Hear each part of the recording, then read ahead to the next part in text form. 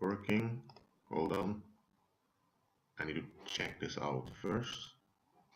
Okay, it's working. Well, in this video, I want to talk about William the Silent. I was watching this video over here by uh, Invisible Writer. And there's a YouTube channel. Let me show it on to you. This guy also uses software. Flashback Express is a freeware to record your screen. It's the page writer, and as you can see here, he has over 900 subscribers. And he doesn't make many videos, but his videos are of good quality. Once in a while he mirrors a video. I believe it's the only one he has mirrored. But check this one out if you want yourself. Doesn't seem like a real man to me. Again, the female-based indentation elites. But come on now. I mean, sorry, I'm a bit emotional. I mean, come on. So the king of the Netherlands in the 19th century had to be a tranny too. By the way, I'm not saying this is 100% accurate, but it makes you think. Those trans elites, they go very far. They are obsessed indeed, as Those pagans are quite obsessed, man, with this tranny thing. Even their kings are fake. Well, today I'm going to talk about a king. I'm going to talk about William the Silent. You can see it here. See him here.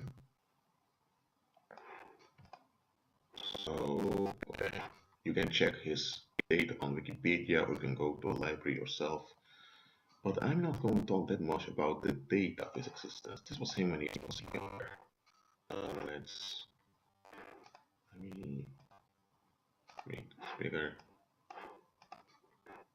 Older Wilhelm, because he was German. Older Wilhelm, younger Wilhelm. Okay, here you can see him wearing his uniform in service of the Spanish king. This later in life, as a nobleman. Now, first I want to give a background check of the situation in the world back then. So, let's go to, let me do the following.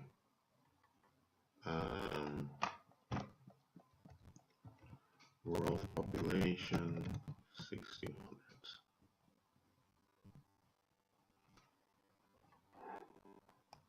Okay, I'll explain why. Well, the silence didn't live until the year 1600, but the 2 decades, within the 2 decades after he died, not much changed. Well, as you can see here, the Chinese Ming Empire had the most citizens, followed by the Mughal Empire. The third was the Iberian Union, which was both the Portuguese Empire and Spanish Empire joined together. Then you had Ottoman Empire. You can check it out for yourself, this whole list. This one is the following. When he, Wilhelm of Orange, when he revolted against Spain, Spain was, I wouldn't call Spain a world power, but Spain was the superpower back then. And besides Spain, Portugal was very wealthy also. And near the end of Wilhelm's life, Portugal became part of the Spanish Union, because remember, Spain was not a country. Spain was a union of the Crown of Castile and the Crown of Aragon. The Crown of Aragon also included Italian kingdoms. So you had a union of Spanish kingdoms led by 2 administrations, and the administration of Leon also extended itself into the Americas by founding autonomous kingdoms over here. and Spain already had trade established with the Ming Empire through the Philippines. So Spain on sea was the number one, and joined with Portugal, man, they were big. Now, even before Portugal joined Spain, Portugal was always in the shadows of the Spanish Union. Okay, and the Netherlands, or the Spanish Netherlands, was governed from Madrid through the aid of a local governor. What happened was that the King of Spain, or the King of Castile and Leon, or let me just say Spain for now, the King of Spain wanted to enforce a centralized rule. So all the Spanish kingdoms had to be governed directly from Madrid at the expense of the local autonomy.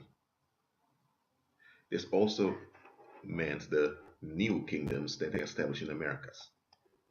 But in practice, they didn't have local viceroys, but King Philip II wanted everything recovered from Madrid directly.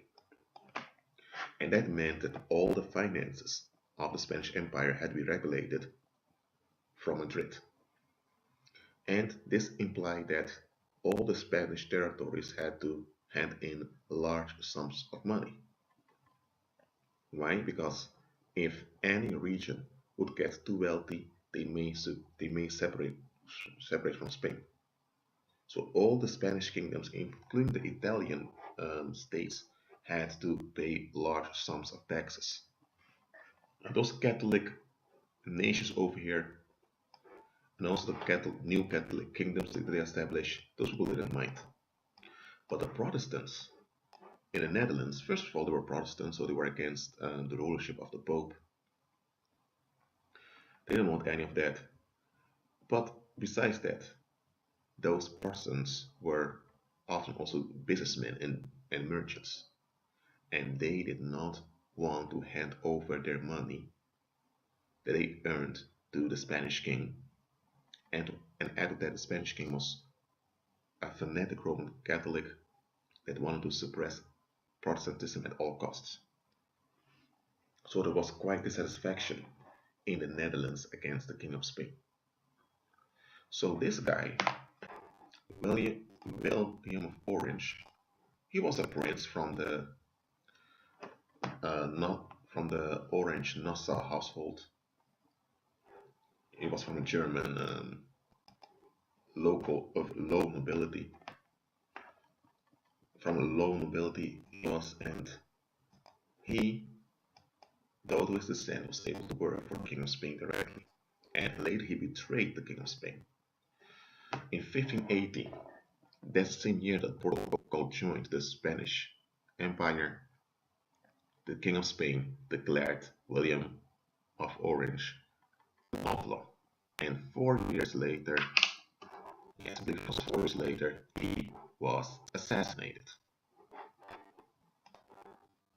But let me say, the weird thing is, is that this guy was betrayed by his own Dutch people.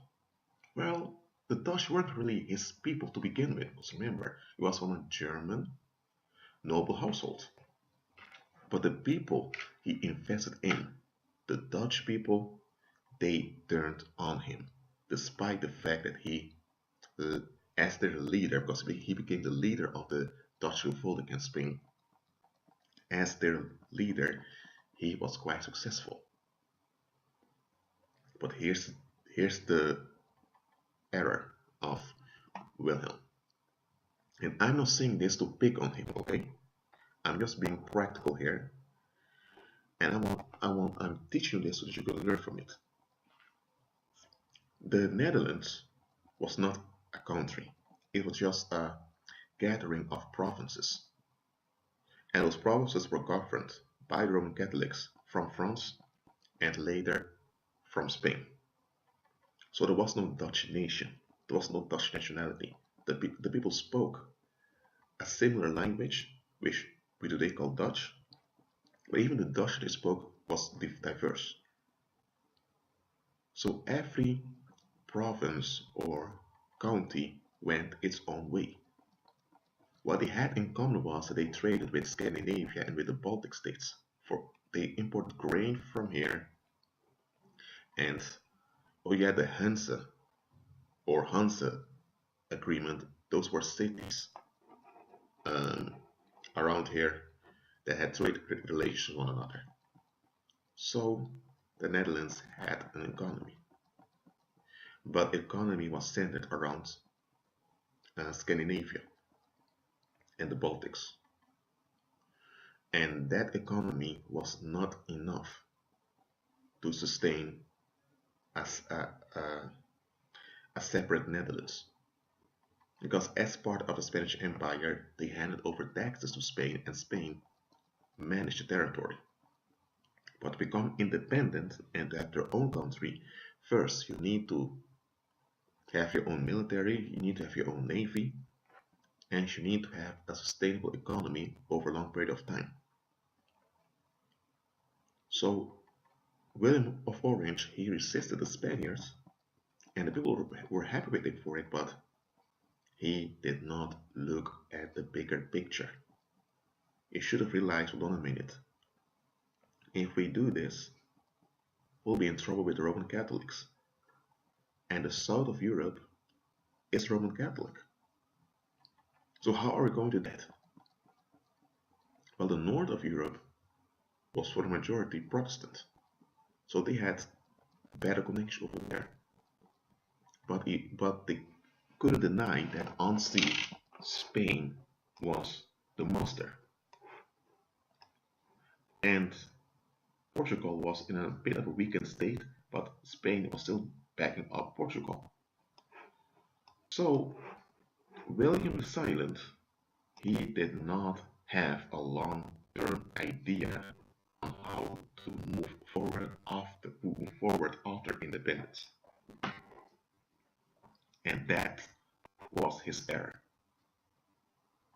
There's nothing wrong with him resisting Spain, because Spain's policy of having those high taxes was also exploitative.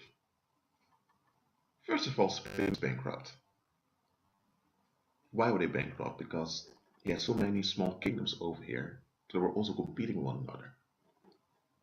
Why not form one unified country and then you have a centralized authority? That would work far better, but they didn't want to do that. Anyway, that they revolted against Spain because they felt that they didn't want to be part of the idolatry of worshipping the Pope. I can understand that. But come on, after separating from Spain, what will you do then?